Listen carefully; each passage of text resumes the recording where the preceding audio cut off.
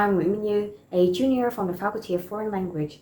It's been half a year since my first ever vlog on YouTube, and I'm back for another recap about my 7 days and 6 night trip to the central of Vietnam, and I hope that you will enjoy the trip as much as I did.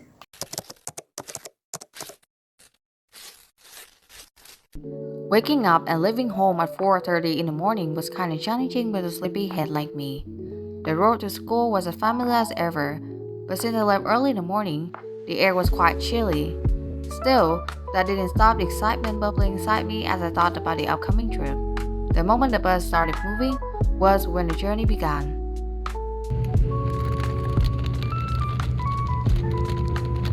During long hours on the road, I have the opportunity to admire the beauty of green trees, hills, and a vast blue beach under the wide open sky. And abracadabra, we finally arrived at the Nevada Beach Hotel in Nha Trang. I couldn't wait to immerse myself in the crystal clear water. To wrap up the first day of our trip, we got the chance to join a beach activity program to kick off the days ahead. It was pretty tiring, but we had so much fun.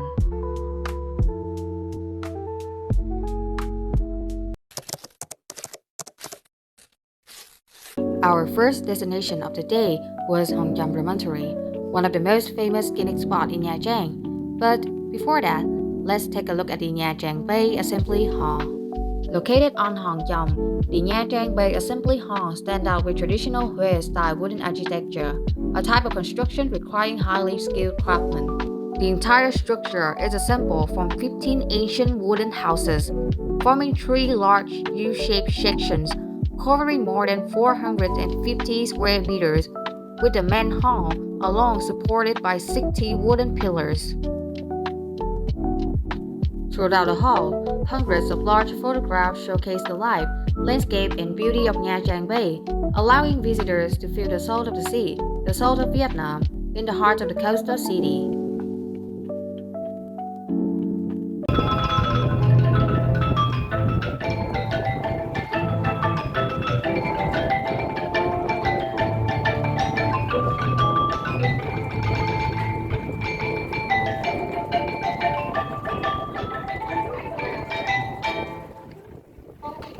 Good morning, everyone. Welcome to Hong Kong, a famous natural wonder in Vietnam. Here, massive rocks are stacked like a giant puzzle, shaped by waves and wind for thousands of years. This is truly a stunning place full of stories and nature's beauty, and I can't wait to show you about our first destination of the day. Thank you. Hong Kong consists of 2 large rock clusters located by the seaside at the foot of La Sang Hill, believed to have been formed by the erosion of the tides against the hill. The rock clusters facing the sea is called Hong Kong. It features a large square boulder resting atop a flat water stone. On the side facing the sea is a huge hand-shaped indentation. Legend says a giant once spotted fairies bathing in the sea. Sado, he slipped and grabbed the mountain, leaving a huge handprint. That rock later became Hong Kong, while his footprint stayed at Suy Tien. Because of this story, people believe the handprint belongs to a lovesick giant, and the nearby beach is called Cortis Beach. Moving on to the next destination was the Gần Đá Đĩa. Standing at Gành Đá Đĩa, also known as Gành Đá Đĩa, a natural attraction located in Tuy Hòa City, Phú Yên Province. This state is a stretch of coastline featuring facades, columns shaped like prisms, resembling a stack of giant plates. When you're standing here, you can feel the power of nature and the timeless beauty of Vietnam coastline. According to research, the basalt in this area was formed millions of years ago from volcanic eruptions in what is now the Vân Hòa Plateau of Đắk Lắk Province.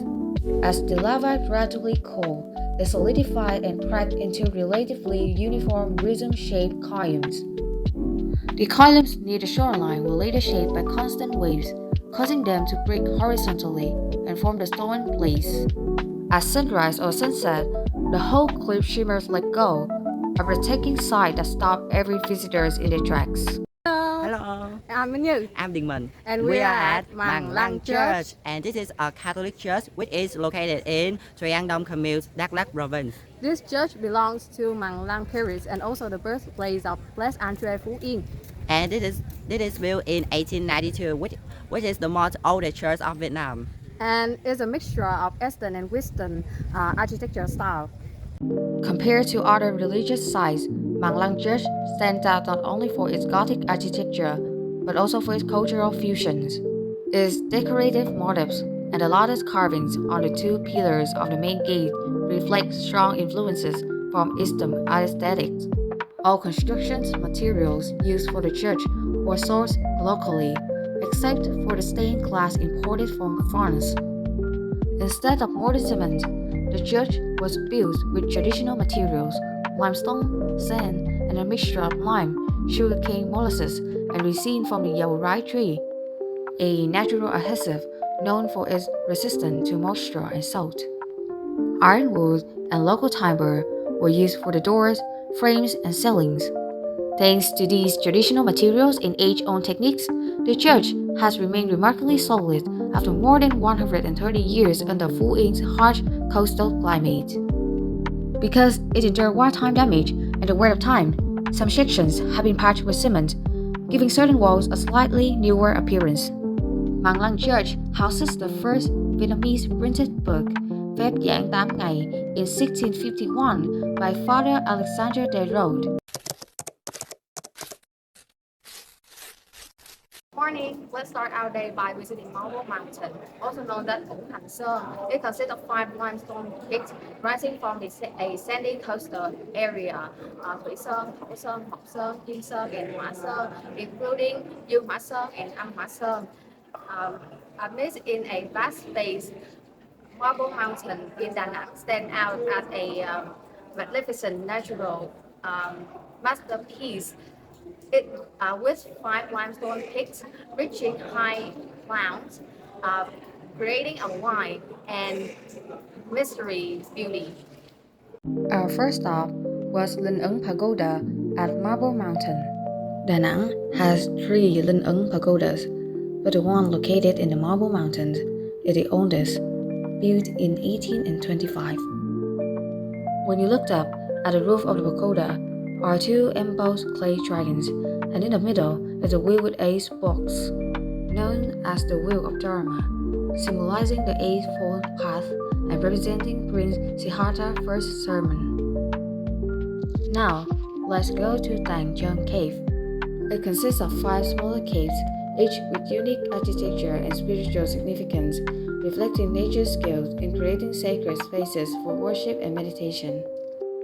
To reach Huyền Không Cave, visitors must pass through Hoa Nghiêm Cave, where they have the chance to admire the statue of Quan Thế Âm, beautifully crafted from stone. We finally arrived to Huyền Không Cave, located within the Marble Mountains complex. It is known as one of the 2 largest caves on Thủy Sơn, alongside Huyền Không itself, and is a major attraction thanks to its mystical and sacred beauty. Below it is an altar of Địa Tạng Vương Bồ Tát. On the right side is Trang Nghiêm Tự, built in 1825. The cave also features the Virgin's Drum. During our times in Da Nang, we had the opportunity to meet and interact with the representatives of Royal Lotus Hotel. After the meeting, I gained more knowledge about my job opportunities after graduation. Let's go to Hội An Ancient Town. Hoi An Ancient Town was once a bustling international trading port and is famous for its centuries-old architecture. It has been a UNESCO World Heritage Site since 1999. One of the highlights is the Chùa Cầu, the oldest of Hoi An's 1,360 heritage sites. The bridge spans a river branch and has a temple-like roof. Inside, you find a statue of Bắc Đế Trấn Võ, a master craftsman from China. Legend says the bridge was built like a sword to suppress a sea monster and protect Japan from earthquakes. Its most recent restoration was in 2023. Next, we have Quảng Triệu Assembly Hall, located at the busiest junction of the ancient town, right next to the bridge. It worships Wan Gong, a courageous Chinese general. The incense coils hanging from the ceiling create a peaceful, climbing atmosphere. Like other assembly halls, it was also a place for worship and community gatherings of the Cantonese people. Another must-see is Tấn Ký Old House, built in 1741. This house has been home to the Lê family for 7 generations. The family still lives upstairs, while the ground floor is open for visitors.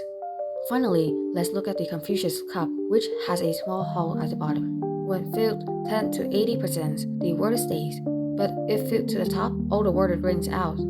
It's a simple yet powerful lesson. Greed can make you lose everything. Hello, my name is Minh Như and I'm a college student. May I ask your name, please, and your nationality too? Hi, nice to meet you. My name is Magda and I come from Poland, but I live in Ireland. Wow. Okay, so is this your first time in Vietnam or? Yes, it is my first time in Vietnam. I have always wanted to come here. Yes. And I'm delighted that I made this happen. Okay, so what brings you to Da Nang, one of the most livable city in our country?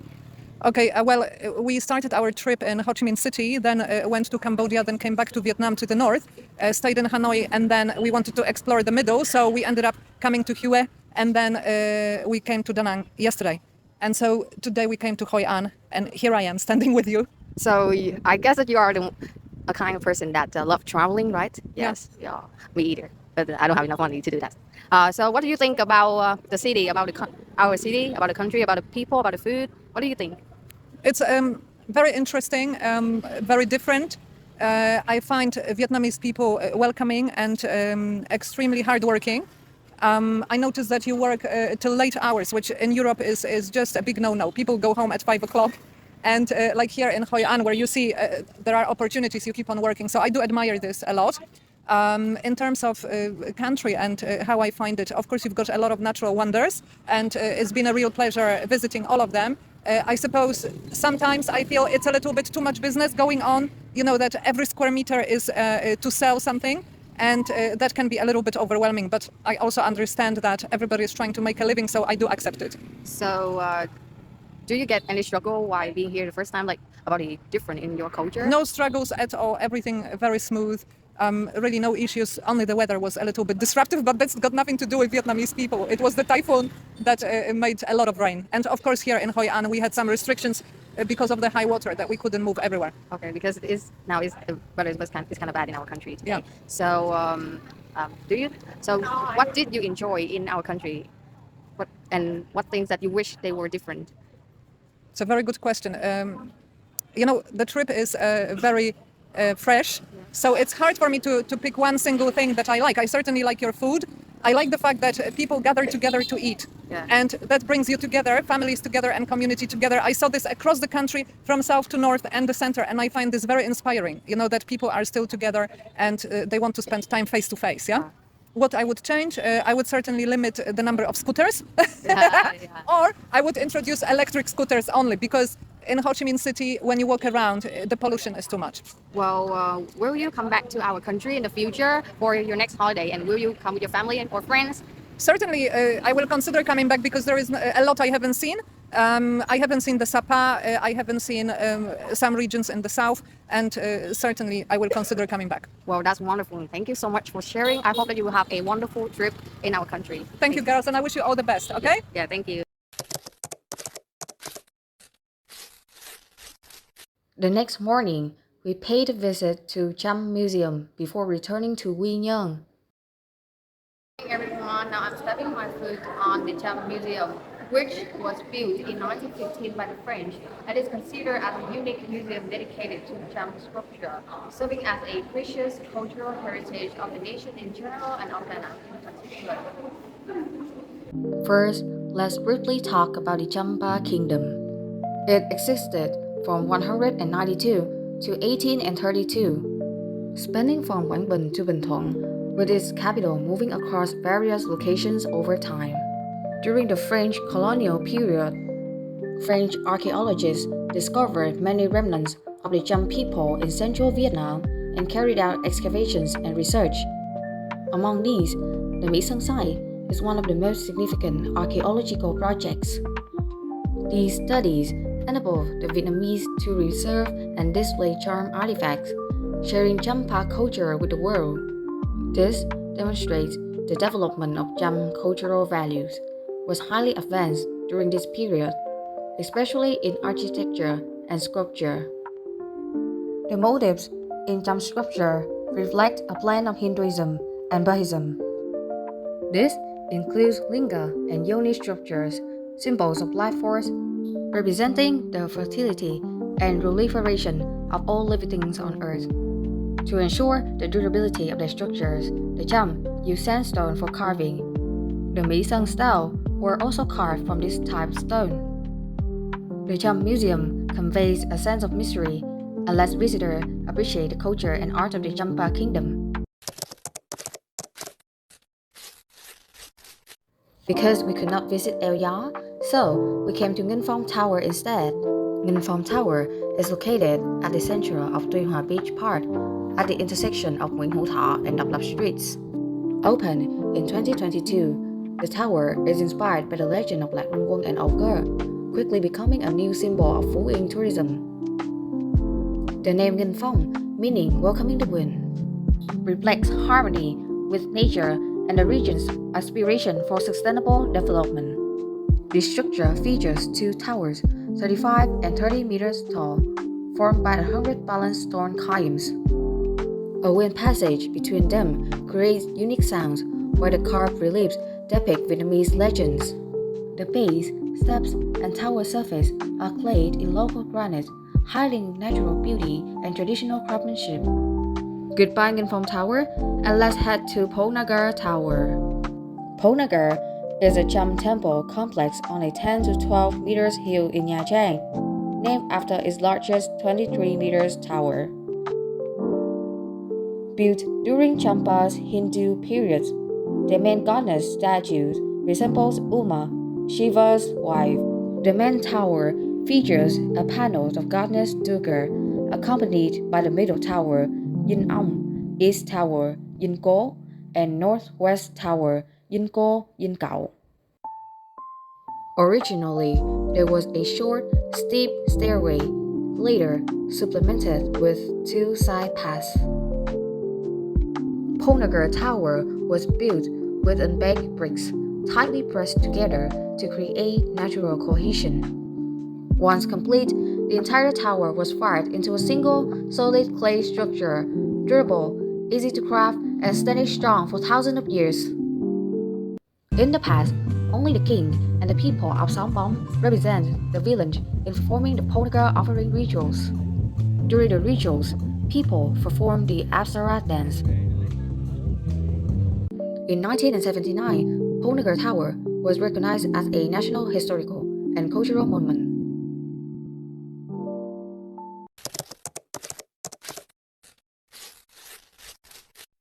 Before saying goodbye to Nha Trang, let's make one last stop at the Oceanography Institute. Founded in 1922, the Institute of Oceanography is one of Vietnam's earliest research centers and the largest marine specimens achieved in Southeast Asia. It showcases over 24 specimens from more than 4,000 species, along with live exhibits, and was recognized as a top cultural historical attraction in 2005. Entering the institute, the first thing that caught my eye was the massive humpback whale skeleton, which was discovered in 1994. The institute offers educational programs and workshops to raise awareness about protecting the marine environment and reserving resources for all visitors of all ages.